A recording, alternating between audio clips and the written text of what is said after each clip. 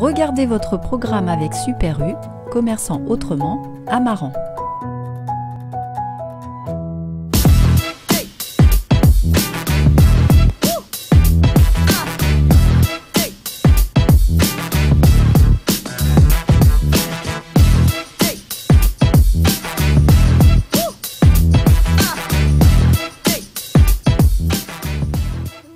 Bonjour et merci d'être avec nous pour ce nouveau mag. Comme vous le savez, chaque vendredi, nous accueillons un nouvel invité pour parler de l'actualité politique, économique et sociale de l'ONIS et plus généralement de la Charente-Maritime. Pour cela, je suis accompagné de deux journalistes. Yannick Picard, bonjour. Bonjour. Antoine Collin, bonjour. Bonjour. Et puis notre invité aujourd'hui, j'ai le plaisir de recevoir Philippe Durieux, médecin généraliste à La Rochelle, conseiller municipal d'opposition à Nieul-sur-Mer, gaulliste convaincu, mais aussi, et c'est ce qui nous intéresse aujourd'hui, président de l'association des Compagnons de la France Libre. Bonjour Philippe Durieux. Bonjour. Alors, merci d'avoir accepté cette invitation. Je vous en prie. Elle vient de nous et à quelques jours du 11 novembre et de la commémoration de la fin de la Grande Guerre de 1914-1918, on se devait de toute façon de parler de ces commémorations et des anciens combattants, de toutes les guerres et des associations qui accompagnent la mémoire de ces soldats et qui ont pour objectif de perdurer cette mémoire. Et puis comme vous êtes un homme politique, on peut le dire, aussi, même s'il est local, vous êtes quand même un homme politique. On verra, si vous voulez bien, la politique locale en fin d'émission. Il y a de nombreuses associations d'anciens combattants en Charente-Maritime. Pouvez-vous nous parler de celle que vous présidez, les Compagnons de la France Libre? Quel objet elle a, cette association? Alors, cette association, je l'ai créée en 2013, après un mûrissement philosophique, etc. Chaque année, depuis 15 ans, je vais assister aux cérémonies du débarquement en Normandie. Parce que je suis passionné de cet épisode historique, j'y vais à chaque fois avec mon neveu Richard. Et j'ai été étonné, pas étonné, mais enfin la réalité est là, c'est que le patriotisme anglo-saxon m'est revenu dans la figure. C'est-à-dire qu'ils appliquent ce que j'appelle, moi, un patriotisme joyeux. C'est-à-dire que ce n'est pas politique. Il n'y a pas d'intérêt, il n'y a que l'intérêt de remettre l'histoire du pays en avant. Et surtout dans ce domaine-là, le respect qu'ils ont d'abord des vétérans. Parce que moi, je préfère le terme vétéran à ancien combattant. Pourquoi? Parce qu'ancien combattant, c'est un peu désuet? Oui, mais même un vétéran m'avait dit on n'est pas des anciens combattants. On a combattu, mais le jour où on a besoin de nous, on retourne. Si physiquement c'est possible. Donc le terme vétéran, dans le foot, on ne dit pas on est ancien footeux, on dit un vétéran. Vous voyez, c'est un peu ça. Et donc j'ai vu cette patriotisme. Mais alors ce qui m'a étonné, c'est que j'ai vu les jeunes Français devenir patriotes, mais pour les Américains et les Alliés. C'est-à-dire qu'ils se sont mobilisés depuis, d'ailleurs, l'épisode du film Soldat Ryan, qui a fait un boost à cette région de Normandie. Et dès qu'il y a un vétéran américain qui arrive, on fait des selfies, on fait signer la casquette. Par contre, un vétéran français arrive, on le laisse de côté. Et ça m'a étonné parce que moi, étant fils de pharmacien militaire, petit-fils de médecin militaire, j'ai vécu longtemps en Afrique, j'ai toujours vécu dans ce milieu-là, dans ce domaine-là. Assister à une cérémonie, assister à un défilé, serrer la main à des généraux, etc. Ça a été la continuité de ma jeunesse et de mon enfance. Et j'en ai parlé, et je parle beaucoup avec mes patients. Je parle de leur cas, bien évidemment, mais je parle aussi, j'aime bien connaître qui ils sont, d'où ils viennent, peut-être une histoire de leur vie qui crée leur douleur. Et ça s'est vite su que j'étais patriote. Et beaucoup de jeunes m'ont dit, oui, je voudrais y aller, mais ils ne sont pas motivés par les parents. Je voudrais participer, mais je ne sais pas comment faire. Mais votre association, Philippe Durieux, oui. Parlons des Compagnons de la France Libre, oui. Elle est que charentaise-maritime ou elle est nationale? Comment ça se passe? Non. Parce qu'il me semble que vous avez une autre casquette aussi de délégué, si vous pouvez revenir dessus. Alors, elle est que charentaise, on est qu'une vingtaine d'adhérents. D'accord. Donc là, on parle des Compagnons de la France Libre. Des Compagnons de la France Libre, oui. Autre casquette, je suis délégué départemental de la Fondation de la France Libre. Donc là, c'est une association nationale. C'est national. Le siège, entre guillemets, m'a été donné par le commandant Jean Billot, qui était citoyen d'honneur de La Rochelle, héros qui a été un des premiers à rejoindre De Gaulle. D'ailleurs, il a écrit un bouquin, De Gaulle m'a donné des ailes. Le bouquin est en vente sur les plateformes en ligne. Il est décédé il y a 2 ans à cause du Covid. Mais c'est marrant parce que quand j'ai commencé en 2013, j'arrivais, mon costume, j'avais la croix de Lorraine. Il m'a dit, je t'ai observé. Je t'ai vu venir, parce que je pouvais être n'importe quel guignol pour venir faire le malin. Hein.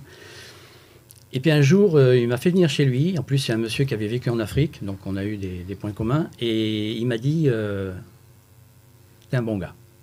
Vous en parlez avec beaucoup d'émotion. Oui, parce que moi j'ai une admiration sans borne avec de ces gens-là. Parce que, si vous voulez, je ne sais plus qui a dit, ces gens-là, ils sont sur les remparts et ils nous disent vous pouvez dormir tranquille, on veille. Et j'ai toujours eu ça. Non. En plus, j'ai vu mon père, pharmacien militaire ayant vécu en Afrique, on a vécu au Congo, en Centrafrique, en Côte d'Ivoire, au Sénégal. J'ai vu mon grand-père, médecin militaire, qui a dirigé une équipe pour fabriquer le vaccin contre la fièvre jaune français. Je les ai vus. À la maison, j'ai vu des gens qui ont fait des bien fous, etc. J'ai vécu là-dedans. Le souci de cette petite association, c'est qu'au départ, il a fallu d'abord que je me fasse admettre des vétérans, et ensuite que je prouve que c'était pas politique. Parce qu'à partir du moment où vous... Pourtant, politique, c'est pas un mot tabou, Philippe Durieux. Non, politique, mais... je le rappelle souvent dans cette émission, oui. C'est s'intéresser à la cité, aux gens qui la font. Non, mais d'accord, mais je suis tout à fait d'accord avec vous. Ils confondent le mot, en fait, ils en ont une mauvaise interprétation. Politique de parti. D'accord. Voilà. Et en fait, puisque j'avais le bleu, blanc, rouge, j'étais donc aux extrêmes, ou alors j'étais pro-russe et anti-américain. Parce que De Gaulle avait dit que l'Europe allait de Brest à Vladivostok. Alors comment vous avez fait pour vous faire adouber par ces gens-là? Par ma présence. Ils surveillent. Par ma présence, par le fait de... Votre investissement, oui, je me suis investi. J'ai prouvé à certaines personnes que on n'était pas des charlots, parce que en 2018, avec le Souvenir français, on a décidé de nettoyer le carré militaire de Saint-Éloi, qui était en abandon depuis 30 ans. Et j'ai rameuté du monde. Et pourtant, vous n'avez que 20 adhérents dans votre association? Oui, mais justement, on a eu besoin. Alors, on a eu besoin, et il y a eu des gens qui n'étaient pas adhérents. Et puis, il y a une association, d'ailleurs, je tiens à leur rendre hommage, et surtout à une grande amie, Martine Morera, qui est présidente de l'association Vivre avec la maladie de Crohn. Ils sont venus. Et ils m'ont dit... Rien à voir avec une association patriotique. Hein. Rien à voir. Mais par contre, ils ont vu l'objet, ils ont vu le but. Ils m'ont dit, on s'est senti utile.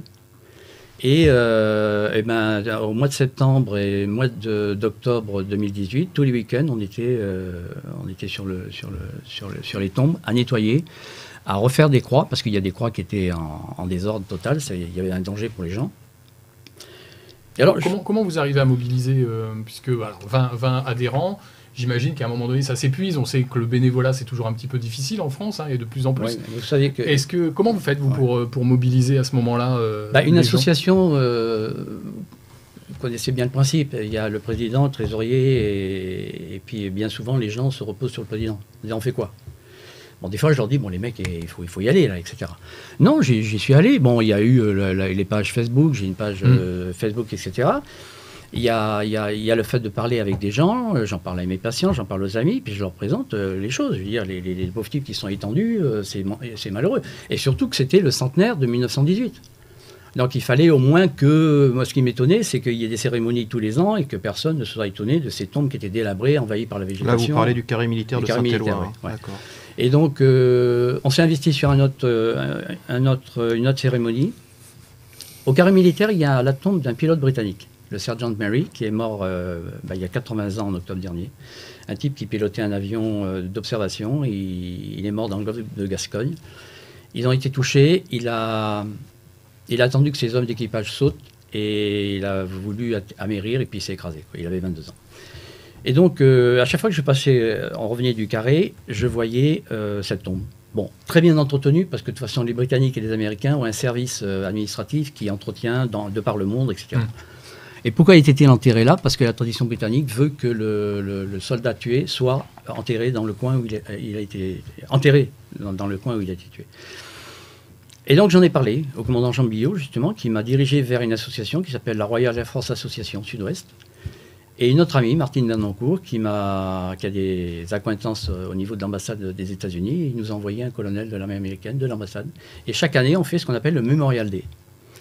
Après, on offre un petit pot, bien sûr, c'est normal. Mais c'est vrai que ça... C'est un petit peu en couleur, des fois, cette manifestation. Je me souviens d'une année où il y avait les Harley-Davidson qui étaient venus, notamment. Voilà.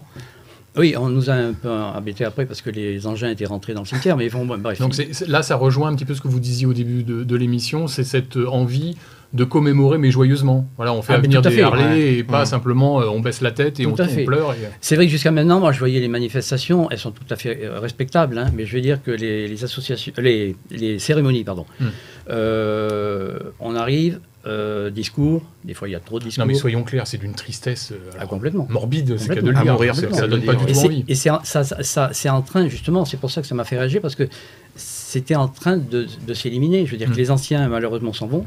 C'est la loi, mais les jeunes ne viennent pas. Alors justement, ça fait partie de nos interrogations. Pourquoi ces jeunes ne viennent pas? Mais aussi, comment vous fonctionnez? Vous avez les subventions? Comment ça marche? Alors nous, on a une petite subvention de la mairie de La Rochelle. L'année dernière, on ne l'a pas eu. Bon, il peut y avoir le Covid, etc.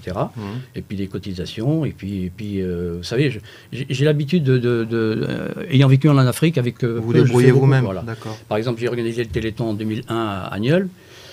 Entre parenthèses, on a fait en sorte que Nieul soit ville pilote de Charente-Maritime pour le Téléthon. Mais c'était pas l'association, c'était...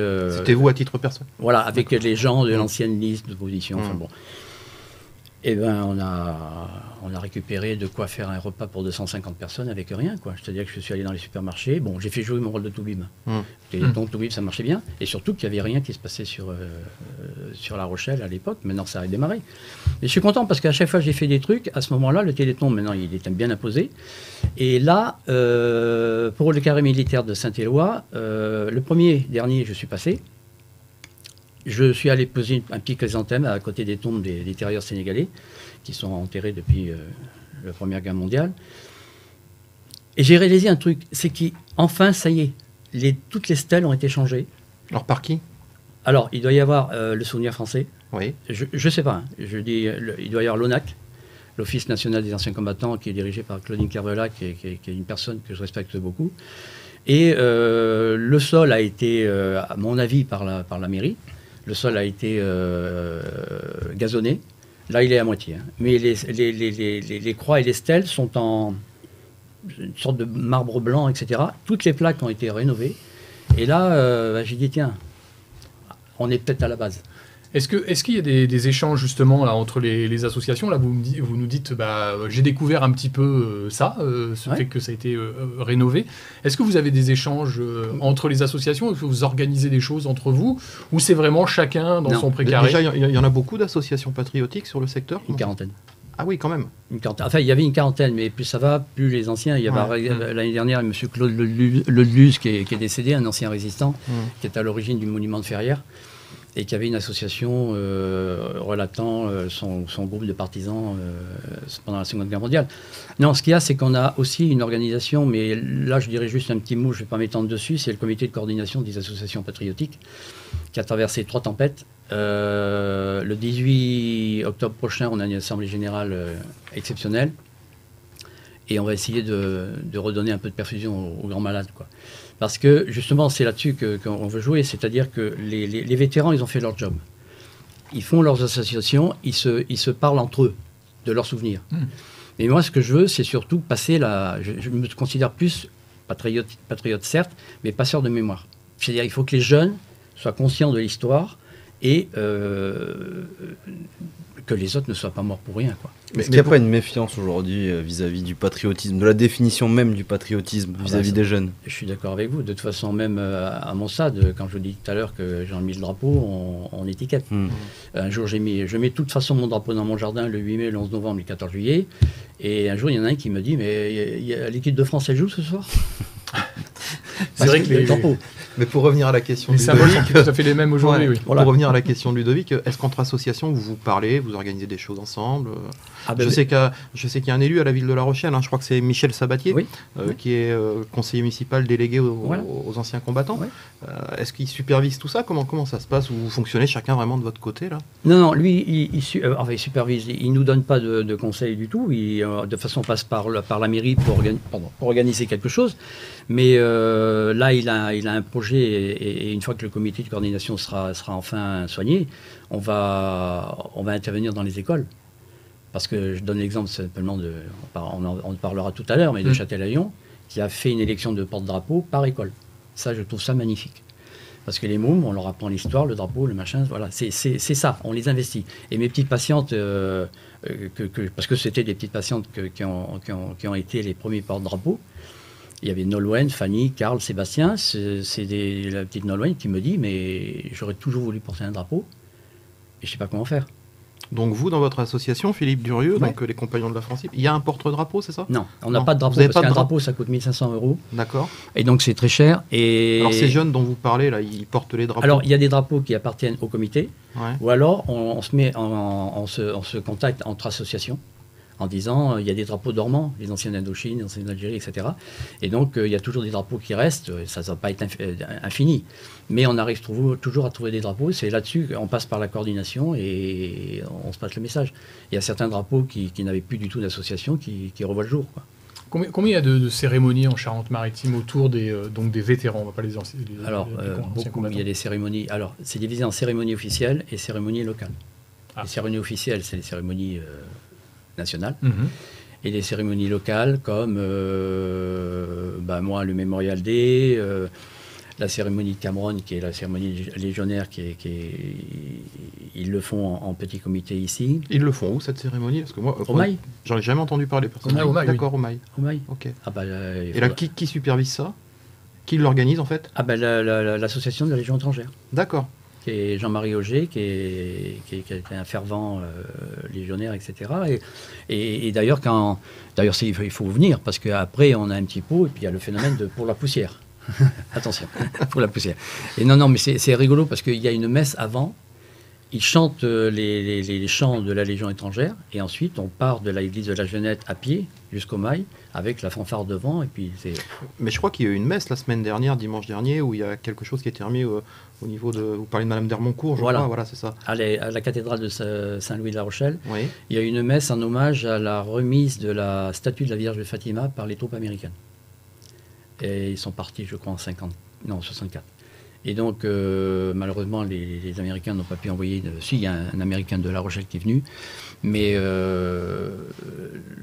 oui, il y a une très belle cérémonie dans la cathédrale, et ensuite on est allé rendre hommage à cette Vierge qui est dans une niche sur le côté. Mais pour Parloncourt, il n'y a pas besoin d'être catho pour être patriotique, pour faire partie de votre association. Rassurez-moi. Ah bah non. Bon. Non, mais justement, pour ça, j'ai oublié de le dire tout à l'heure, moi, dans ma patientèle, je suis dans un quartier, entre guillemets, dit populaire, mais c'est pas péjoratif dans ma bouche. Je suis à la frontière de Mireuil, Port-Neuf, Lalleux, La Palisse, Saint-Maurice. Et ayant fait de la médecine tropicale, j'ai 65% de patients d'origine maghrébine et africaine. Et d'ailleurs, j'en ai 2-3, là, il va falloir que je les chope, parce qu'ils m'ont dit qu'ils voulaient porter le drapeau. Et voilà, mais c'est des gosses, il y en a un qui est en Et France. vous parlez médecine dans votre cabinet, ou vous parlez fait d'armes? On parlait cérémonies et autres.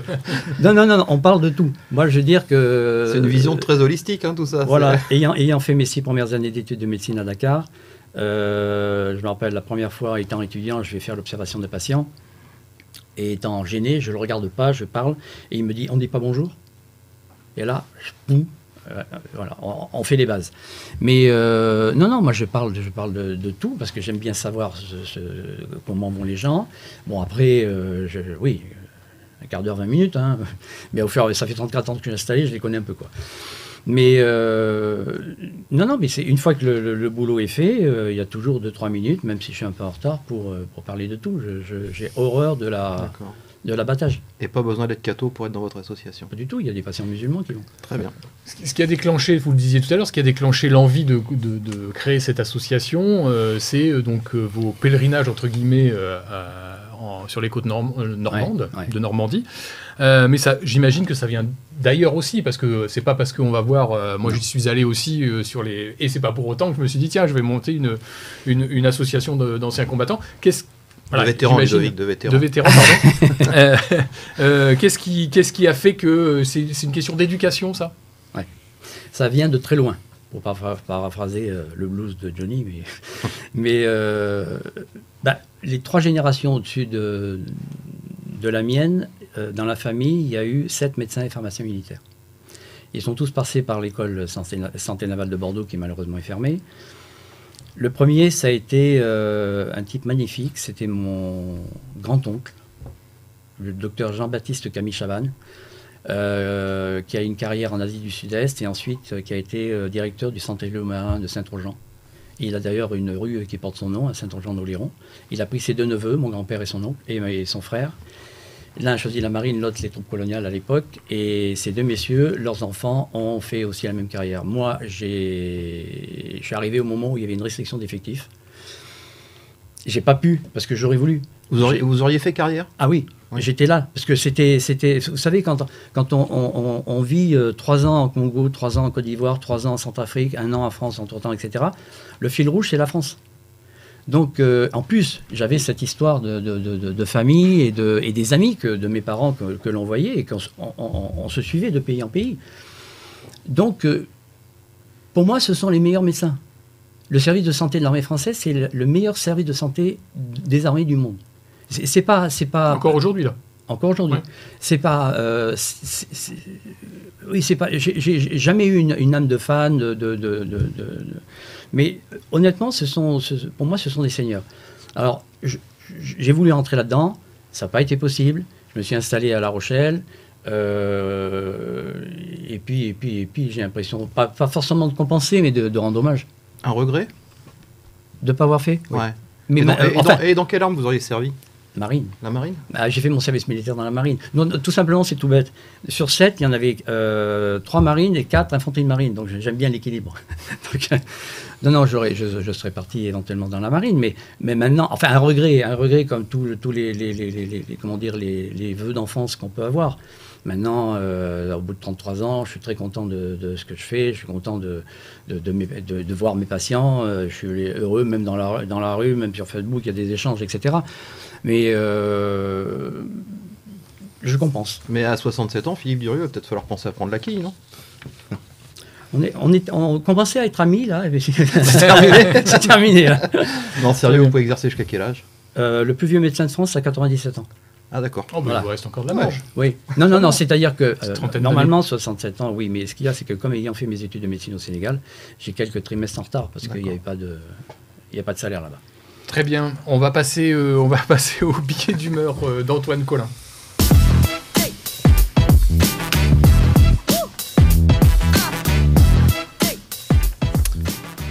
Alors aujourd'hui, monsieur Durieux, on profite de votre présence du coup pour parler de la Première Guerre mondiale, mais je voudrais faire un petit focus sur nos bons vieux poilus.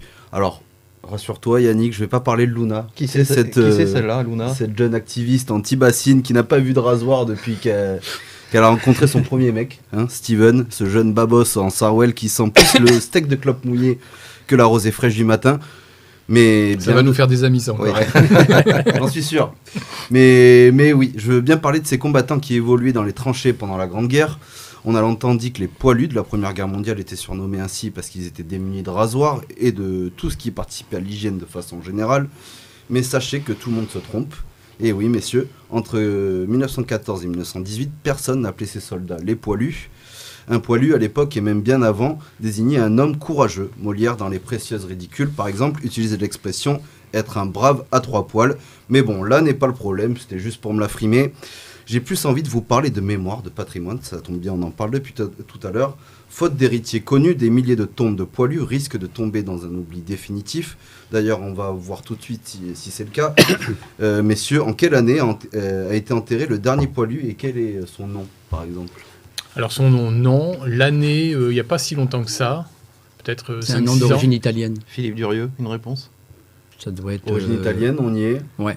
Ça doit être 2000. Pas si longtemps que ça, quand même. Alors, Ah bon. il s'appelle Lazzare Ponticelli Voilà. et il Exact. est décédé en 2008, Voilà. peu de temps après celui de Louis de Cazeneuve, qui était le deuxième plus vieux poilu de la Grande Guerre, et ils avaient tous les deux 110 ans. Ben voilà, 14 ans plus tard, tout le monde a malheureusement oublié son nom, et pourtant, lui, il a survécu. Alors imaginez pour ceux dont on n'a jamais retrouvé les familles, ces héros de la guerre n'ont jamais eu de véritable reconnaissance, et encore moins de sépulture. Aujourd'hui, il n'y a donc plus de témoins pour parler de cette guerre sanglante, et même si nos anciens sont très attachés à leurs souvenirs du passé, notre société contemporaine l'est beaucoup moins, me semble-t-il. Bien sûr, certaines associations, comme le Souvenir français, invitent les municipalités à veiller au devoir de mémoire et de ceux qui sont tombés pour la France. Mais ce genre d'association, comme la vôtre, va-t-elle pouvoir continuer à exister dans quelques années? Et comment se fait aujourd'hui la transmission justement de cette mémoire? Justement, c'est parfait. Très, très bonne transition, parce qu'on voulait parler de la place des anciens combattants, donc des vétérans, Les vétérans. en France et dans toutes les sphères françaises.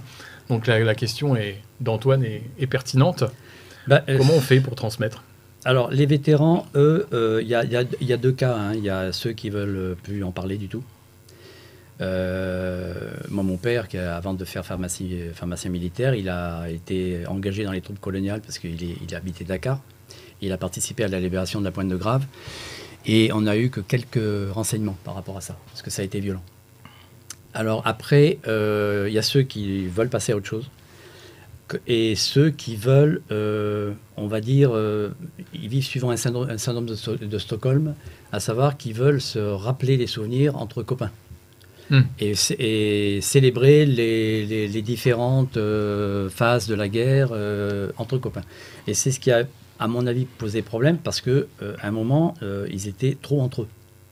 Et il n'y avait pas de place pour du sang nouveau. On le voit à peu près actuellement avec les OPEX, depuis que l'armée est devenue professionnelle. Les OPEX, vous nous précisez, Philippe Burieux. Opération extérieure. D'accord. Et en fait, ce sont des gens qui font leur... Comme aux États-Unis. Non, c'est bête ce que je dis.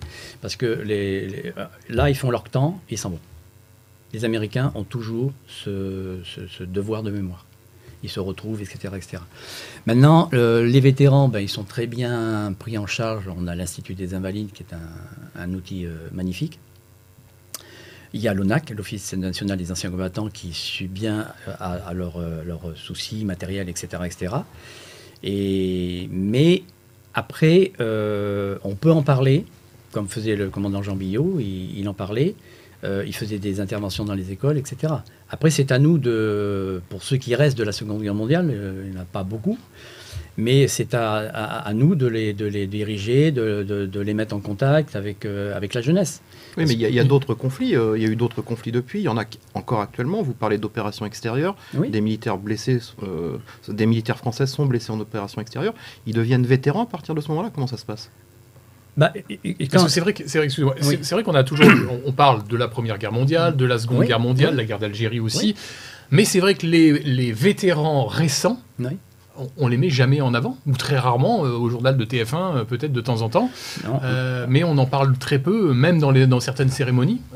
C'est peut-être ça aussi qui crée cette distance entre les jeunes générations et les cérémonies. Un jour, je me rappelle un souvenir, il y avait une foire au grenier à Agneul, au niveau du stade, et je tombe devant un bachi afghan avec un béret. Non, c'était un bachi. Alors, vous nous expliquez pour les Alors, le bachi, c'est une sorte de béret afghan. C'est comme c'est plus grand, quoi. Ouais, ça ressemble un peu au bachi de la marine, hein, d'accord, mais un peu plus mou. Et en fait, il y avait l'insigne de l'unité qui était brodé et il y avait les médailles. Le type n'était pas là. Alors la dame, je dis à la dame, mais non, c'est mon mari, ça, il ne veut plus en entendre parler. Donc ça, là, c'est peut-être personnel, hein.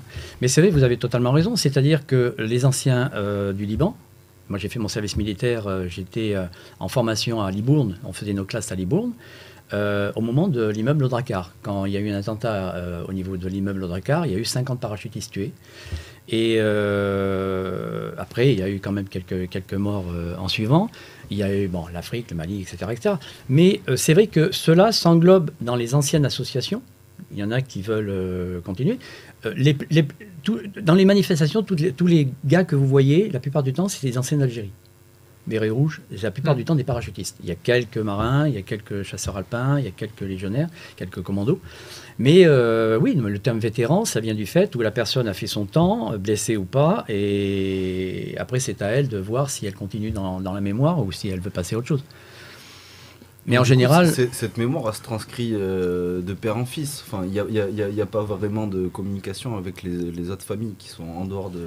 Alors, c'est vrai que les jeunes qui sont venus, les premiers que j'ai réussi à engager comme porte-drapeau, ils avaient tous un grand-père, une père. Et je fais partie, avec la délégation de la France Libre, je vais remettre des prix lors du concours départemental de la Résistance.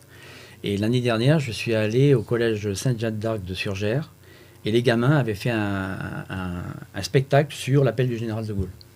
Et je suis allé voir une jeune fille et elle pleurait. Je lui ai dit, mais qu'est-ce qui t'a donné l'envie? Elle me dit, d'abord ma prof d'histoire. Alors bravo à la prof d'histoire. Et ensuite mon grand-père. Et elle s'est mise à pleurer en pensant à son grand-père. Il y a toujours un lien. Mais je veux dire que ce qu'a fait Châtelaillon pour les écoles, pour avoir un porte-drapeau, il n'y a pas forcément. Il y a aussi l'éducation nationale. Alors justement, est-ce qu'on ne doit pas renforcer les programmes scolaires, les programmes d'histoire, je sais pas, de morale, de civisme? Ou est-ce qu'on doit éduquer différemment? Est-ce qu'on doit apprendre différemment? Vous savez comme moi que l'éducation nationale en ce moment, l'ambiance, c'est pas top. Hein. Donc moi je sais que j'étais dans ce milieu patriotique, mais je suis tombé amoureux en histoire grâce à un prof d'histoire en classe de première. Il était professeur agrégé, il s'appelait Val Revens. Je lui rends hommage, j'espère qu'il est encore vivant.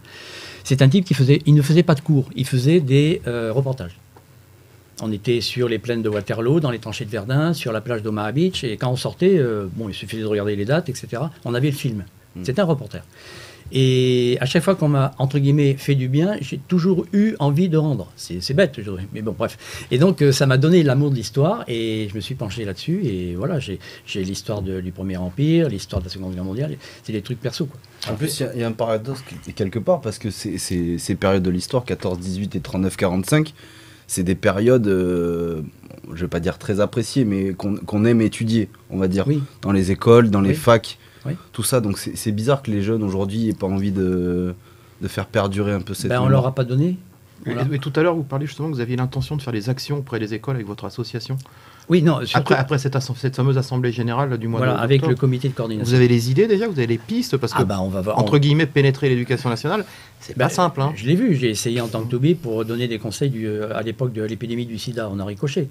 Mais non, mais on va une fois que si le comité, on arrive à faire survivre le comité, là on aura une assise. Il y a 40 associations derrière, et d'ailleurs on veut s'étendre au niveau de l'île de Ré. Et de mon initiative, on est passé du comité de La Rochelle au comité de la CDA. Et j'ai changé de nom. Mais donc maintenant, là, 28 communes. Hein. Les 28 communes. D'accord. Alors après, il va falloir prendre contact avec ça, parce qu'on a 2 ans de Covid là, qui nous ont vachement retardés. Quoi. Mais c'est vrai que et l'île de Ré, l'école bleue de l'île de Ré, veulent nous rejoindre. Donc il va falloir changer. Donc dans l'île de Ré, il n'y a qu'une seule association? Non, il y en a plein. Il y a l'Union nationale des combattants. Mais c'est ça le truc, c'est que moi je vois sur mes pages Facebook, etc., il y a beaucoup d'associations. Alors, beaucoup trop? Est-ce qu'elles font pas toutes la même chose au final? Pardon? Est-ce que le problème c'est qu'elles font pas toutes la même chose? Elles proposent pas... Oui, mais ils ont leur chapelle. Et puis ils se tirent la bourre. Vous avez par exemple un conflit entre l'Union nationale des combattants et la Fédération nationale des anciens de la guerre d'Algérie. FNACA, Massin. Et quand il y a une cérémonie, ils viennent pas. Oui, c'est ça, parce que paradoxalement, il y a beaucoup d'associations, mais on peut le constater. Quand on se déplace, nous, pour faire des sujets, il y a moins en moins de monde aux cérémonies. Il y a toujours les mêmes anciens, mais ce qu'il y a, c'est qu'il n'y a pas de... Par exemple, moi j'ai regretté quand il y a eu la cérémonie en hommage aux troupes indigènes, harkis, etc. À un moment, il y avait des harkis qui venaient, etc. Non, mais il y a un travail, je ne sais pas si on peut parler du patriotisme du département, etc. Bien sûr, vous êtes là pour ça. Il y a un grand boulot, alors je vais peut-être pas me faire des amis, je m'en fiche, mais on a parlé en niveau politique, il y a le parti de la Charente-Maritime. Vous devez savoir ce que c'est, à savoir que Châtelaillon en dessous c'est bleu, au-dessus c'est rose. Bon. Voilà, donc, et au niveau, manifestation patriotique, pour le 75e anniversaire de la libération de La Rochelle, Royan a fait un truc fantastique. Nous, à La Rochelle, moi, je suis arrivé, hein, donc j'ai insisté pour qu'enfin, on fasse venir des reconstitueurs Parce que Des reconstitueurs. oui, ce sont des gens qui ont l'uniforme de l'époque intégrale, D'accord. mais en respectant exactement l'historique, Mm. et ils ont des engins. On peut Voilà, parler de ça. Monsieur Besson, c'est ça Monsieur Voilà. Besson, Oui. qui est le plus caractéristique de l'ensemble des reconstitueurs. Il y en a partout en France. Hein. Oui, Ils oui, font oui. énormément de travail. Tout à fait. Là-dessus, de reconstitution, ils vont jusqu'à refaire des tranchées, de se Ah, remettre en action. Enfin, c'est quand même Complètement. assez extraordinaire le travail qu'ils Complètement. font. Il y a le musée qui est là. Et Mais est-ce qu'elle n'est pas là la solution pour attirer les jeunes? C'est ce que j'arrête pas de dire. Le problème, c'est qu'il va falloir convaincre. Donner Mais un peu qu'on- d'animation, Mm. proposer autre chose, quelque chose de Ah, plus bah, vivant, complètement. de plus festif. Complètement. On Par l'a exemple- gagné après tout cette guerre, donc pourquoi Exactement. pas. Mais c'est ce qui se passe en Normandie. Quand vous regardez, moi je rends hommage à des copains comme Laurent, Alain, ils se reconnaîtront s'ils regardent le truc, mais je vais leur filer de toute façon. Ah, il faut diffuser. Non, c'est des gens qui, par exemple, Laurent a fait, il n'a pas fait son service militaire, il était policier municipal, maintenant il se passionne pour ça. Par des fonds, par des appels de fonds, etc., il a réussi à faire un buste magnifique du commandant Kieffer qui a débarqué à Ouistreham le 6 juin, à Amfreville, il est devant l'église, et il a fait un buste d'un vétéran américain d'origine apache qui vit en Normandie maintenant, qui s'appelle Charles Shea, et son buste est à côté de la plage de Moravitch. Et ça, c'est l'initiative des jeunes. C'est-à-dire que, quand je vous disais tout à l'heure, c'est difficile de convaincre, parce que quand on parle reconstitution, c'est vrai que j'en vois en Normandie, hein, il y en a qui s'amènent, ils ont le pantalon Algérie, la veste Vietnam, le casque trouvé chez Darty, Oui. voilà, et puis le pistolet. Il y a des anachronismes assez importants. Voilà. Justement, mais convaincre qui? Alors, Il faut convaincre les politiques, il faut parents. convaincre les parents. non, c'est- oui, les c'est- politiques, je pense pas. Il faut leur ramener et puis il va falloir les pousser un peu. Ah, quand même. Oui, mais c'est pas. Comme je vous disais tout à l'heure, regardez par exemple le 7 novembre prochain à. Je ne sais plus jamais comment on appelle cette ville, c'est Légon. Ouais, c'est le maire est Alexandre Grenot, qui est un copain, vice-président du conseil départemental. Oui, mais je crois qu'il y a une haute autorité qui vient ce jour-là, parce qu'il y a la flamme Oui. qui... Oui, mais c'est de son initiative, parce D'accord. qu'il est responsable des actions historiques au niveau du département. Donc, il a fait un truc magnifique. Là, dans le coin, il y en a 2 qui se bougent, il y a 3 éventuellement, mais il y a Evelyne Ferrand qui essaye de faire quelque chose de sympa. Il y a Jean-Luc Maire de Saint-Saëns, maire de Saint-Saëns, Jean-Luc Alguet, le maire de Loumou, qui fait des trucs aussi sympas. Il a fait venir il a installé une stèle avec de la terre d'un camp de concentration. Ouais, hein, oui. ouais. Après, Nieul, c'est en train de s'arranger. Là, je dois dire que le fait que ça soit à lieu depuis 2008, il doit y avoir quelque chose. Alors, est-ce que concrètement, sur la CDA, puisque maintenant vous parlez de l'agglo, il ne manque pas un lieu, je ne sais pas, alors il y a bien le bunker à La Rochelle, mais un musée, un lieu de rassemblement où on pourrait mettre toute cette histoire? Alors, il y avait le bunker. Le bunker a été... Rue des Dames, à La Rochelle. Voilà. Il y a eu une démission, il a fait une dissension apparemment il y a quelques années avec certaines personnes. Bon, ça, moi, j'entends Mais pas il existe toujours, le bunker. Oui, il existe toujours. Non, Mais non, on parle d'un endroit public, pas un endroit privé. oui, non, mais justement, c'est ce qu'on pensait éventuellement avec Besson, de faire un musée de la poche de La Rochelle au niveau du blocos qui est à la droite du casino. Qui est en fait un blocos hôpital. Il y a 1000 mètres carrés de surface dedans, sur plusieurs. Vous êtes descendu dedans déjà? Non, c'est lui et Stéphane Besson avec Hervé de Cinquin, ils y sont allés. Et en fait, mais c'est vrai, je parlais de la Normandie tout à l'heure, j'ai été bluffé parce que j'y suis allé quand j'étais môme, et j'y suis allé en 2009. Bon, les Ricains ont pris le cimetière de Colville et la Pointe du Hoc à l'américaine, ils ont tout fait. Mais au niveau hommage et au niveau touristique, le Calvados et la Manche, ils ont tout compris. Alors, est-ce qu'il n'y aurait pas quelque chose à faire dans l'île de Ré, justement, au niveau de la batterie Cora-Coralla? Il y a des gens qui travaillent dedans. Mais ce qu'il y a, c'est que on est quand même une des 3 dernières villes à avoir été libérées. Il y avait Saint-Nazaire, Dieppe et La Rochelle. Il y a des gens, des touristes qui viennent. Ils voudraient visiter la base sous-marine. Je veux dire que Saint-Nazaire, On Lorient, ne peut plus y rentrer. on peut plus rentrer. C'est espace Schengen, etc. Batterie Cora-Coralla, c'est terrain militaire. Voilà. Bon, il y a plein de gens qui y rentrent, mais voilà, Tout ils à sont fait. en toute illégalité. Mais ce qu'il y a, c'est que je crois que c'est à Lorient ou à Saint-Nazaire, il y a une partie d'un blocos qui est donné à des associations de jeunes. Et il y en a une autre, je crois qu'il y a une reconstitution. Mais il n'y a pas longtemps, il y a eu la suite du film de la série The Boat. Ils ont fait une maquette grandeur nature de U-Boat. Alors ce site, vous concrètement, vous le verriez où, Philippe Durieux? Vous avez parlé de ce bunker hôpital, moi je l'apprends. hein, honnêtement. Oui. Je ne savais même pas que ça c'était- existait à La Rochelle. Ouais. Donc ça pourrait être là, par exemple. Alors ça pourrait être là. Maintenant, après, ça dépend pas de nous. C'est Oui, bien une sûr. proposition. Oui. Ça pourrait être ce musée qui est peu facile d'accès pour les gens. Mhm. Après, on peut faire, il y a Stéphane Besson tout à l'heure, on en parlait, il est prêt à faire ce qu'on appelle un Jeep Tour, c'est-à-dire le long de la poche de La Rochelle, on met les gens dans une Jeep, comme ça se passe en Normandie, et on leur montre. Attention Voilà. au bilan carbone. Ouais. Il va falloir présenter le. Ça, on rigole plus. Ah oui, voilà. Il va falloir présenter le budget là, Ouais, mais on va le mettre bilan à la ville de La de Rochelle. l'huile de alors. colza, là. D'accord. Mais, mais voilà, je veux dire que il y a tout un tas d'initiatives qui sont faites. Après, je pense que les politiques ont plein de choses à s'occuper et il leur faut présenter un dossier qui soit bien foutu.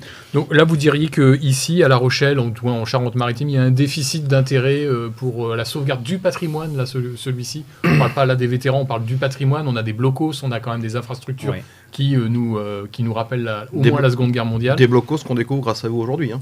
Je précise, enfin, je ne sais pas si Ludovic. Si je connaissais dans le D'accord. petit parc, il y avait effectivement ça. Ben, on va dire que ouais, il y a les gens s'intéressent plus à certaines choses, ce qui est très bien, hein, c'est le bateau, le sport, etc. Mais moi, ça fait 15 ans que je parle de ça. Donc, je veux dire qu'il faut arriver à redonner l'histoire. Je veux dire, là, lorsque le commandant Villot est mort, à la cathédrale, le député Falorni a dit qu'il voulait une rue et une statue du commandant Villot. Bon. Voilà. C'en est tout. Je sais pas. On devait avoir une rue Beltrame, c'est pareil, voilà. Mais alors, est-ce que c'est un désintérêt je ne sais pas, je veux pas parler, je veux pas parler pour les gens. Je veux dire que simplement les gens qui se passionnent pour ça. Moi, je discute avec des touristes. Hein, ils disent c'est dommage que on s'intéresse à la poche de La Rochelle, c'est connu. Mais à part les feuilletons qui sont faits, je crois que c'est une série allemande, je crois. The Bot. Voilà. Mais ça, c'est le déficit cinématographique français. C'est-à-dire, quand vous voyez un film américain, le film américain, il est fait d'abord pour l'action, pour les spectateurs, mais il est fait aussi pour le côté patriotique. Un film français, alors, à part la 7e compagnie, non, ça ce sont mes dieux, parce qu'avec 2 copains on a recréé la 7e compagnie et moi je suis le chef chaudard, attention. Donc ils se reconnaîtront, Michael et Stéphane, mais il y a des films qui montrent toujours le mauvais côté, à part Taxi pour Tobruk, des choses comme ça. Est-ce que c'est pas lié aussi à l'histoire? Il ne faut pas oublier aussi que les Américains ont été les grands gagnants de ces 2 guerres, la 14-18 et 39-45. Ouais. L'armée française, en 14-18, a eu ses moments de gloire, mais en 39-45, elle a perdu, puisqu'elle a été, entre guillemets, effacée par les Allemands. Ouais. Est-ce que c'est pas ça aussi qui fait qu'aujourd'hui, commémorer même la Seconde Guerre mondiale, encore moins la guerre d'Algérie, c'est pas un peu désuet, puis que les gens se disent... C'est pour ça que je parle de patriotisme joyeux. Il faut faire venir des choses. Quand on fait un camp de reconstitution, et c'était prévu avant le Covid au niveau du Mail, mais on va en parler en 2025. Il y a tout un tas de jeeps, etc. Ils refont les camps. Il y en a eu un petit camp qui a été recréé à l'entrée de l'île de Ré. De l'île de Ré, oui, il y a quelques semaines, oui. Et donc, c'était des reconstituteurs qui venaient de New York, etc. Mais vous savez, on parlait de cinéma, etc. Mais les Américains sont tellement malins parce qu'ils nous ont piqué des faits historiques, ils se les sont attribués. Comme par exemple un film qui est avec Tom Cruise où il joue le rôle d'un samouraï qui sert au Japon. Le dernier samouraï. Voilà. Et en fait, c'était pas un Américain, c'était un officier de marine français. Les 55 jours de Pékin avec Charlton Heston, il est devant tout le monde, etc. Or, c'était les fusiliers marins français qui ont défendu les trucs. Mais voilà, mais ils sont malins, c'est bien, c'est le jeu. Mais voilà, le principe, c'est que... vous savez, un truc personnel, moi j'ai vécu dans ce milieu militaire, je vous en ai parlé tout à l'heure, mais étant môme, étant fils de pharmacien militaire vivant en Afrique, entre-temps on rentrait en France, et en 68 j'étais en France, et j'étais extrêmement timide, parce que changeant d'école tous les 3 ans, si j'étais timide, c'est que mon père était facho et colon. Vous voyez, et ce racisme, intellectuel, ça m'a conforté dans mon idée. Et j'en veux pas aux gens, etc. Je dis, s'ils me critiquent, c'est que quelque part, mon père a raison. Oui. Bon, chef Chaudard, il faut nous refaire la 7e compagnie à La Rochelle. Hein. On l'attend avec impatience. Ah oui, oui. N'en parlez pas trop fort, parce qu'il y en a deux qui... Juste pour mémoire aussi, on parle de, effectivement, le film U-Boat avait été tourné à La Palisse, on s'en souvient justement sur la base militaire. Mais il y a un film beaucoup plus ancien, dont certaines séquences ont été tournées sur nos côtes. Est-ce que vous vous en souvenez? Le jour le plus long. Exact. Sur les plages de l'île de Ré, notamment. Et effectivement, là, il n'y a pas de tourisme autour de ça. Alors que c'est un film mythique, Le jour le plus long. Qui ne connaît pas aujourd'hui Le jour le plus long? On a détruit des blocos, d'ailleurs. Aussi. Et j'ai appris il n'y a pas longtemps, d'ailleurs, qu'il y a Non, c'est une reconstitution des Trois Mousquetaires, et le siège de La Rochelle se fera à Saint-Malo. Mais bon, ça, c'est du cinéma. Ah oui, voilà. C'est le cinéma. Alors qu'on a le château de la Sauzée à Saint-Cendre. Tout à fait. Tout à fait, oui. On parle des vétérans, on parle de la mémoire. Est-ce que l'armée française d'aujourd'hui n'a pas un rôle à jouer? On a l'impression qu'elle se détache complètement de ce devoir de mémoire concernant les vétérans, par exemple, de 39-45 ou même de la guerre d'Algérie. On a le sentiment qu'elle est toujours un peu en retrait, qu'elle ne se met jamais en avant par rapport à ses devoirs de mémoire. La Grande Muette, comme on l'appelle. Est-ce que ça vous interroge en disant, effectivement, c'est aussi son boulot? Non, moi j'ai un peu de peine parce qu'en fait l'armée française est une très grande armée. C'est une armée de bâtisseurs. À chaque fois que la France est intervenue quelque part, ils ont fait le job, mais ils ont soigné, ils ont construit. Mais l'armée française, on parlait de la 7e compagnie tout à l'heure, est une armée qui a toujours eu l'habitude de faire beaucoup avec peu. Système des Français, j'ai Jean-Marie Auger, responsable de la Légion à La Rochelle, m'a raconté qu'un jour ils étaient en intervention en Somalie avec les Américains, et les Américains ils laissent tomber le fusil et ils en prennent un autre. Lui, il a fait tomber son fusil, en bon français, il l'a nettoyé. Vous voyez, c'est déjà l'esprit recyclage à l'époque. Voilà. Non, c'est qu'il n'y en avait pas d'autres. non, mais ce qu'il y a, c'est que si, ils respectent, je les vois quand on voit les manifestations devant le commandant Billot, il y en a un autre qui est parti depuis, le pauvre, c'est Jean-Claude Montardi, qui était un ancien commando marine, patron de l'association des gueules cassées de La Rochelle, et qui lui aussi m'a dit que j'étais un bon gars. Je suis content parce qu'il valait mieux de ça fait deux. Lui. Ça fait deux, oui. Comme ça, j'ai deux jambes. Non, ils sont là, mais le problème, c'est que quand vous voyez justement les cérémonies à La Rochelle, pour les grosses manifestations, il y a des délégations. Mais la plupart du temps, quand il y a une petite manifestation, il y a une petite délégation, mais quand vous regardez bien, il y a 10 uniformes différents. Parce que ils sont obligés de faire les fonds de tiroir. Alors c'est vrai que ça, c'est... Alors moi, je ne suis pas un grand expert, hein, je m'exprime en tant que patron d'association patriotique, puis citoyen. Et passionné. Passionné, aussi. Mais ce qu'il y a, c'est que moi j'ai fait mon service militaire en 83-84. Alors je ne me rappelle plus quand est-ce que l'armée française est devenue... Justement, ce service militaire-là, la fin du service militaire, est-ce que ça a fracturé un peu Tout à fait. cet attrait pour le patriotisme et pour l'aspect militaire? À mon avis, oui, parce qu'il y avait armée-nation. Maintenant, il n'y a plus armée-nation. Alors, moi, je vais m'adresser aux citoyens et non pas à l'élu et politique engagé. Le chef des armées, c'est Emmanuel Macron. Il fait le job? Il le fait bien? Il le fait pas assez? Juste pour rappel, le budget des armées a augmenté de façon significative, qui n'est pas augmenté depuis quelques années. Il a 44 milliards d'euros l'an prochain, en 2023. Il a augmenté de plus 3 milliards par rapport à cette année-là, 2022. C'est quand même une volonté de rhabiller en fait la Grande Muette. Alors, je vais dire, il n'est pas responsable de tout. Bon, mais d'une partie, alors. Oui, il n'a pas arrangé certaines choses. Mais je veux dire que ça fait 40 ans que ça dure. Ça fait 40 ans que ça dure. Ça fait... moi, j'ai essayé justement de faire la carrière dans le service de défense des armées. J'ai pas pu, mais c'était dans les années 85. Mais ça fait 40 ans que ça dure. On diminue les effectifs. On arrête le service national en disant c'est fini, à l'Est, on est tranquille. Et ils n'ont pas vu venir le fait que la France est une nation qui doit intervenir, mais non pas comme les autres, c'est-à-dire qu'ils interviennent pour calmer le jeu, certes pour les intérêts nationaux, mais il y a certains soldats qui, j'ai entendu dire, qui s'achetaient leur équipement, etc. Mais d'autre part, on avait 2 porte-avions, on en a remplacé un, on a quand même quelques côtes. Il faudrait 2. Bon, mais bref, après, ça, c'est loin au-dessus de moi. Hein. Pour vous, l'armée française est en mauvaise santé aujourd'hui? On a vu quelques chiffres passer. En termes d'armement, on est un peu à la ramasse quand même. Hein. Ah ben, il y a 100, je crois que c'est... Un copain m'avait dit toute l'armée de terre ne remplirait pas le Stade de France. Voilà. Donc, et on pourrait tenir 80 jours si voilà, on était mais ce qu'il y a, c'est... En plus, il faut savoir que ce sont des armes vachement sophistiquées. Donc, quand on voit des vidéos d'intervention sur l'Afghanistan, les gars, ils vident leur chargeur sans forcément viser, parce qu'ils savent que derrière, il y a du truc. Mais non, ils font ce qu'ils peuvent. Moi, je leur tire mon chapeau, parce qu'ils ont peu de moyens. Maintenant, c'est vrai que ça augmente, mais c'est très bien. Le problème, c'est qu'actuellement, on parlait de Jeep tout à l'heure, mais une Jeep, c'était fait en rien du tout. Maintenant, un engin, il y a de l'électronique, il y a des trucs, c'est encore pire, etc. Et ça tombe vite en panne, etc. Je parlais du débarquement, je ne suis pas sûr qu'on pourrait faire débarquement actuellement.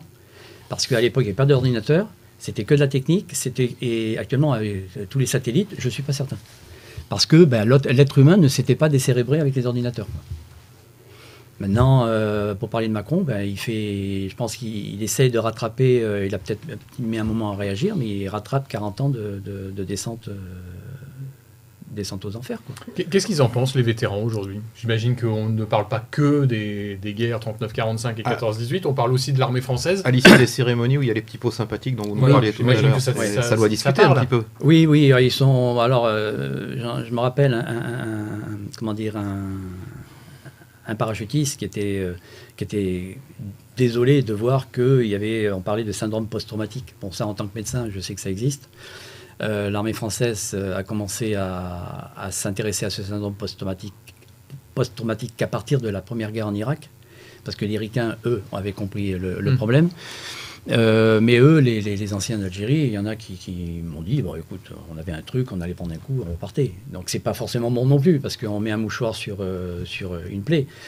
Mais c'est un peu l'attitude des grands-parents vis-à-vis du petit-fils, quoi, qui a peur parce qu'il pleut. Et voilà. Alors que le soldat français actuel, moi j'en connais certains, des jeunes, il n'y avait pas longtemps, tiens, j'ai connu, c'est pas un Français, c'est un de mes patients qui était de la Légion étrangère espagnole.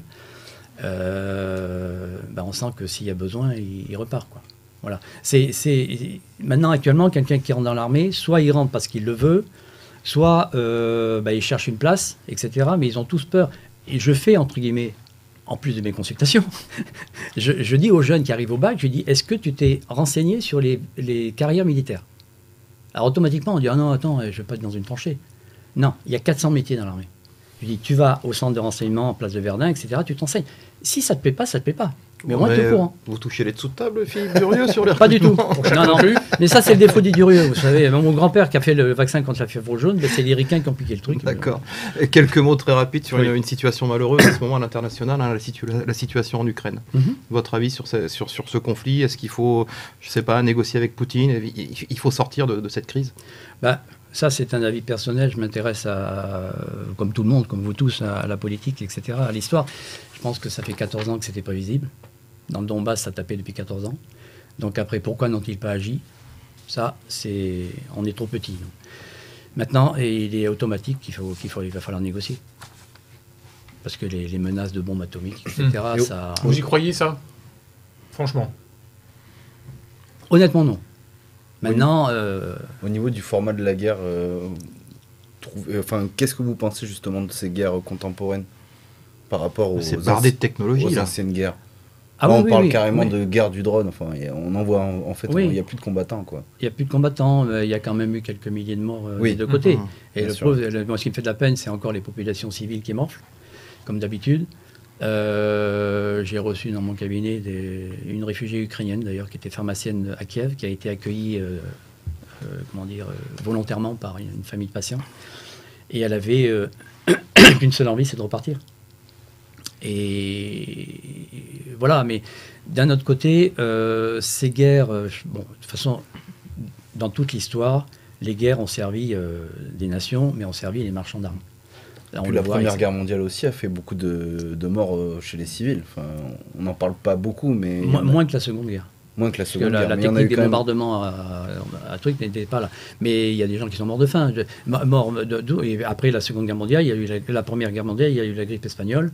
Et ma petite grand-mère paternelle, qui était une petite caillou de Brest, toute sa famille est morte de la grippe espagnole. Donc il y a eu ça, parce que c'était la suite de la guerre, il y avait la misère qui était là. Non, je pense qu'il va falloir, à mon humble avis, il faut absolument négocier, parce que de toute façon, actuellement, on est dans un système que le premier qui appuie sur le bouton, il y a une réponse et on est tous dans... On aura des aides dans le dos. On accueille les réfugiés ukrainiens, Oui. principalement des Ukrainiennes d'ailleurs. Est-ce qu'il faudrait accueillir les soldats ukrainiens blessés en France En tant que tout je vous dirais oui. et en tant que citoyen français? En tant qu'humaniste aussi. aussi. Donc oui, sur toute la ligne. Oui, mais par contre, entraîner les gens, ça c'est autre chose.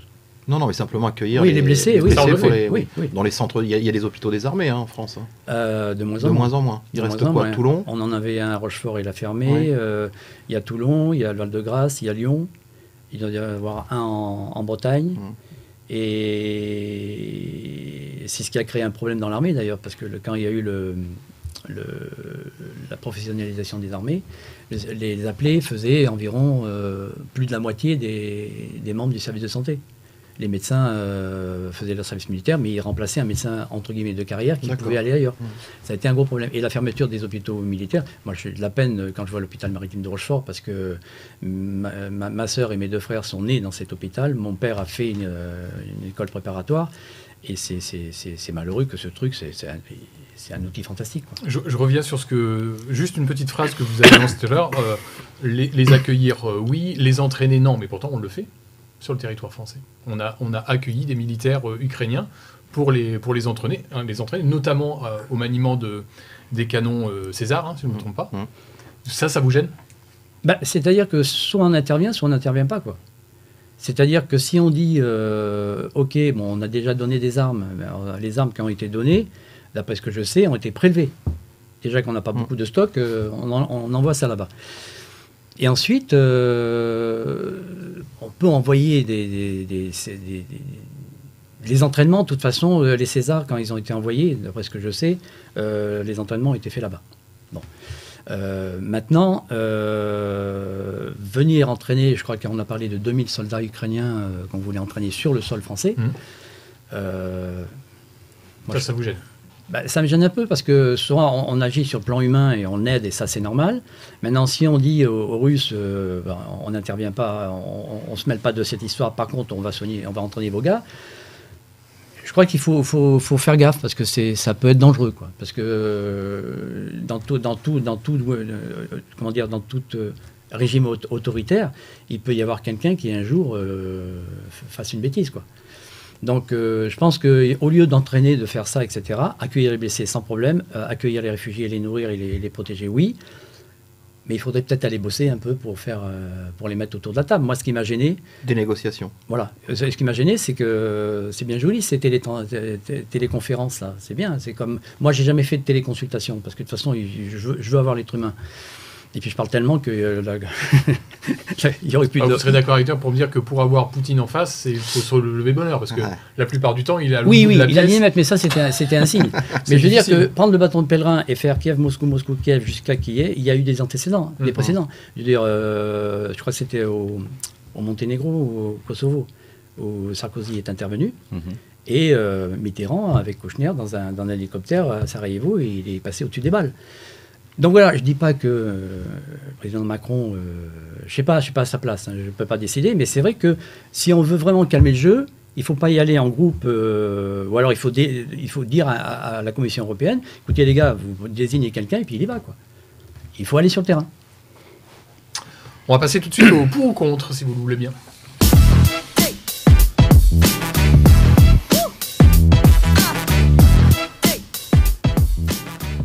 Alors Philippe Durieux, je vous rappelle les règles du pour ou contre, tant redoutées par les invités du MAG. On vous pose des questions et vous ne pouvez répondre que par pour ou contre, et sans trop développer derrière, c'est le but. Et vous avez le droit à un joker, si ça vous gêne vraiment trop. Eric. Alors Philippe Durieux, pour ou contre le retour de l'uniforme à l'école? Pour. Pour ou contre le retour du service militaire obligatoire? Pour. Pour ou contre la Marseillaise à l'école tous les matins? Pour. Pour ou contre le regroupement de toutes les associations d'anciens combattants en une seule en Charente-Maritime? Parce qu'il y en a une quarantaine, hein, Oui, qu'on mais a dit tout à je l'heure. dirais contre. Pour ou contre le retrait des forces militaires françaises du Mali? Ils y sont encore. Très peu. Oui, mais ils y sont encore. Faut-il encore avoir des militaires au Mali? Ça sert encore à quelque chose? Réponse très vite là. J'aurais dit pour, oui. Pour? Oui. Pour ou contre la France au sein de l'OTAN? Contre, en tant que gaulliste. Pour ou contre une année d'internat obligatoire en zone de désertification médicale? Non, je change de Contre. Pour ou contre un centre-ville de La Rochelle uniquement piéton? Contre. Et enfin, pour ou contre le port obligatoire de la cravate à l'Assemblée nationale? Vous avez une très belle cravate d'ailleurs aujourd'hui, Philippe Durieux. Pour. Avec le petit drapeau français, bien sûr. Ah bah ça c'est vous qui voyez. Ils peuvent mettre un Simpson. Ou... Justement, c'est une très bonne transition. On finit par l'Assemblée nationale. On va parler de politique locale parce que vous êtes un élu, on le rappelle, élu d'opposition à Agneulles-sur-Mer. Est-ce que ça a un sens d'ailleurs de dire élu d'opposition dans des petites communes aujourd'hui? Alors, jusqu'à peu, oui. Non, parce que moi, j'ai jamais été un opposant. C'est-à-dire que quelqu'un qui est contre tout, pour moi, c'est un imbécile. On est là, on est élu, on est là pour une ville. Si je peux aider un de mes concitoyens en demandant au maire, etc., ça, je le fais. Par contre, on a eu quelques blocages dans les mandatures précédentes, et puis on va dire que maintenant, ça s'arrange depuis la dernière mandature, depuis 2020. Quoi. Donc on parle plus d'une position d'élu minoritaire que des élus d'opposition pour vous? Le problème, c'est qu'on a essayé avant de dire élu minoritaire, mais automatiquement les autres sont majoritaires. Donc il y a un effet péjoratif. Donc on dit opposition, voilà. Constructive, tout à fait, oui. Tout à fait. Moi, simplement un instant, je vais revenir à l'échelon national et ce qui s'est passé hier à l'Assemblée nationale. Comment vous réagissez aux propos du député du Rassemblement national, Grégoire de Fournas, lors de l'intervention du député LFI Carlos Martins Bilingo, qu'il retourne en Afrique? Je trouve que c'est une imbécilité. C'était pas utile. Soit il a parlé du bateau. Mais et dans ces cas-là, de toute façon, moi, ce qui m'énerve à l'Assemblée nationale, c'est que les gens s'invectivent comme ça. Je trouve ça totalement vulgaire. Il y a un qui parle, les autres peuvent éventuellement, mais entre guillemets, ça tombait très mal parce que le député, c'est un LFI, oui. était d'origine congolaise, oui. Donc évidemment, il l'a pris pour lui, etc. Mais peut-être que l'autre, il a dit ça pour le bateau. Maintenant, mais ça n'avait pas lieu d'être en tous les cas. Ça n'avait pas lieu d'être, mais comme beaucoup de choses à l'Assemblée, ça devient médiocre, extrêmement médiocre. Surtout que pèse sur le député RN quand même une réputation de quelqu'un de relativement raciste, puisqu'il est en train d'enlever à l'heure actuelle là, en train d'enlever ses tweets qui étaient un petit peu virulents, notamment pour les gens originaires d'Afrique. Ouais. Voilà, donc oui, mais c'est le principe. On peut-être jamais, mais... Oui, c'est le principe de parti politique. Moi, ça fait 5 ans que j'ai quitté parce que. Dans quel parti vous étiez encarté? Alors j'étais à l'UMP et je suis parti un an après la création des LR. Pourquoi vous êtes parti? Est-ce que ça ne répondait plus aux valeurs parce qu'on vous sait profondément gaulliste, aux valeurs du gaullisme que vous portez, et si vous pouvez nous les rappeler, ces valeurs? Mais parce que le gaullisme, c'est l'amour de la nation, c'est l'indépendance, c'est le droit de dire les choses, et puis dans un parti politique, vous devez distribuer des tracts, c'est pas vous qui avez contribué à la rédaction, vous devez applaudir des gens... vous n'êtes pas forcément pour, mais il faut se taire. Et... On n'a pas de liberté de parole quand on est dans un parti politique? Ça dépend, parce que si vous sortez du cadre, on vous le rappelle.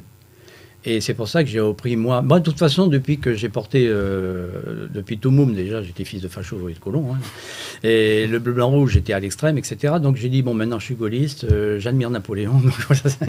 Mais voilà, mais c'est le gaullisme, on voit l'indépendance au niveau national. De Gaulle a été quand même, il faut quand même, le gars contre tout le monde.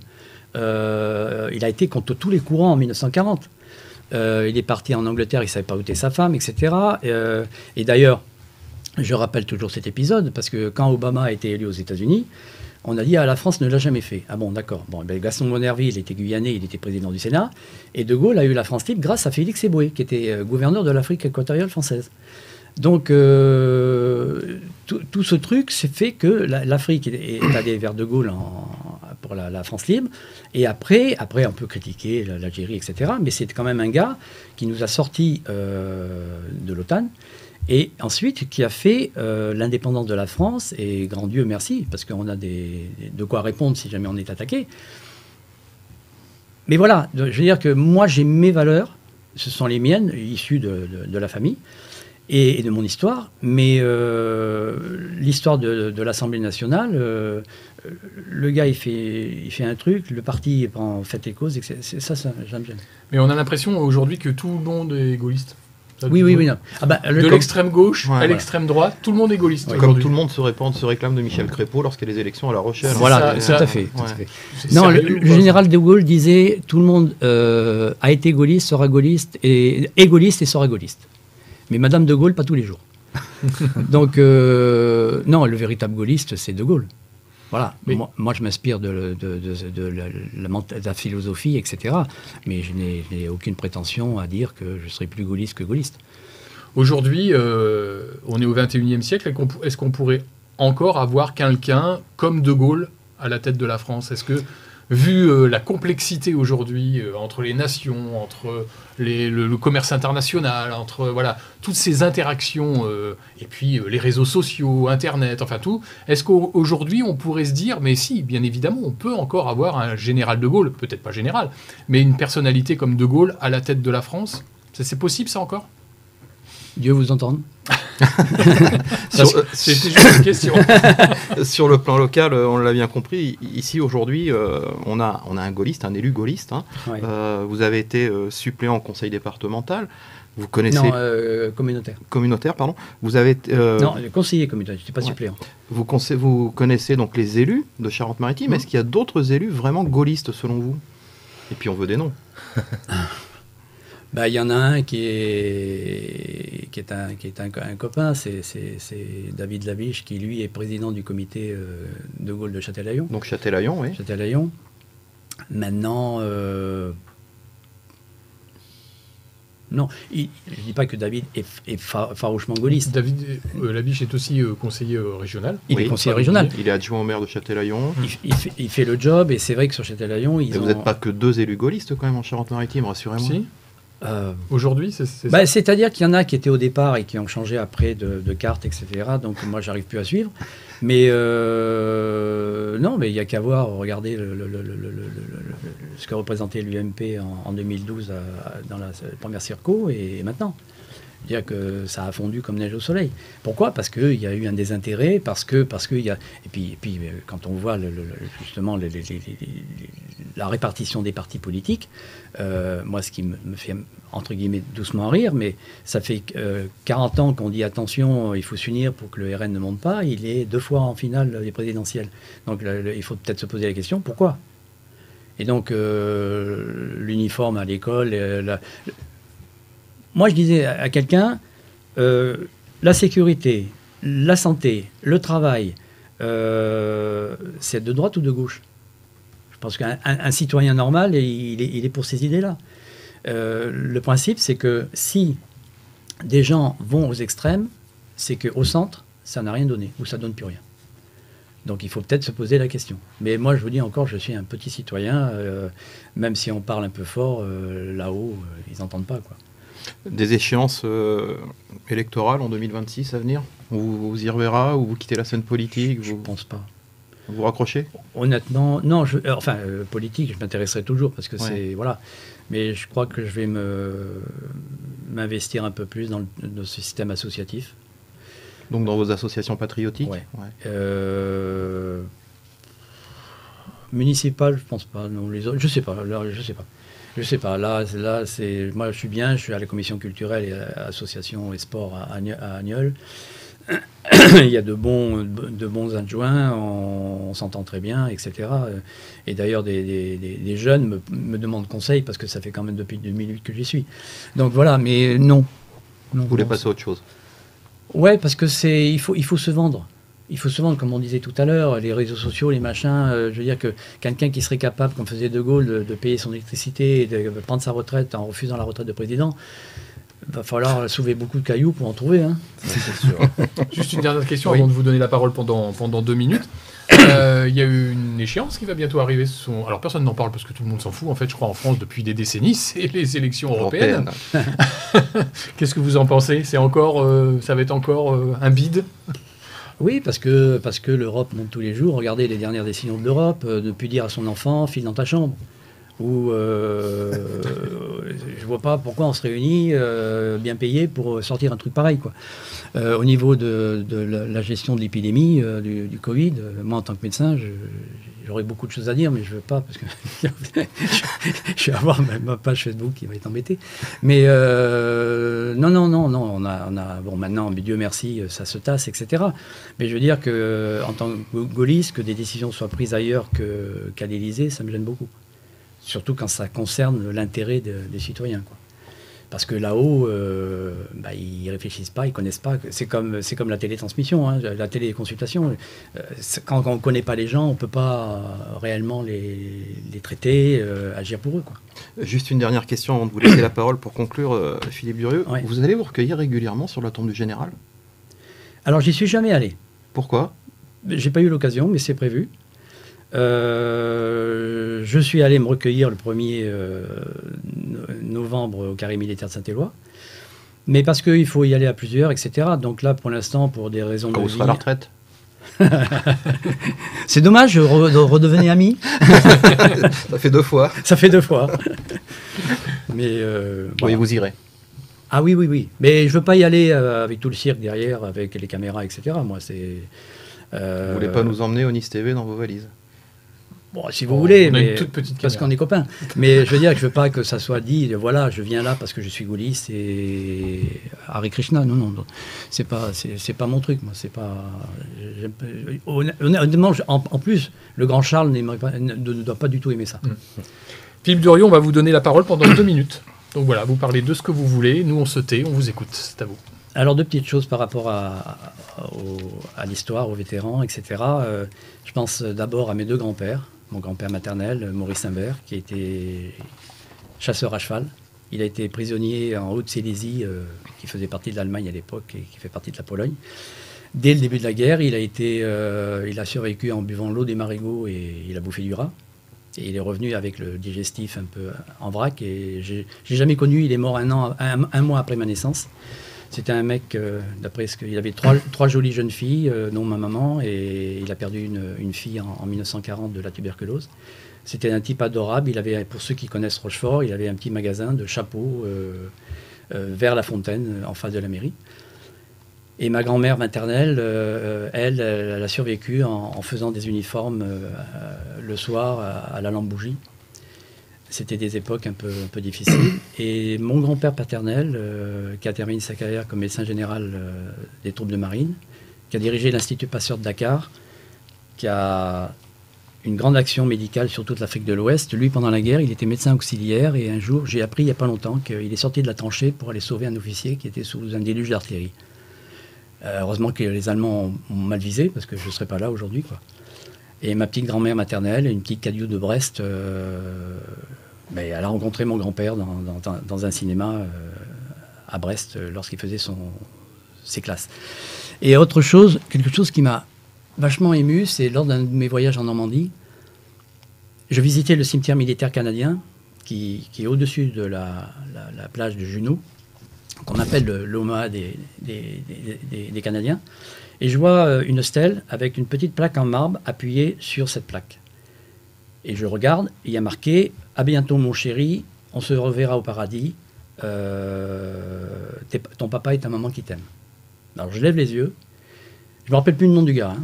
Et en fait c'était un soldat canadien du régiment de la Chaudière, qui est canadien-français, qui a été tué le 6 juin lors des premières balles.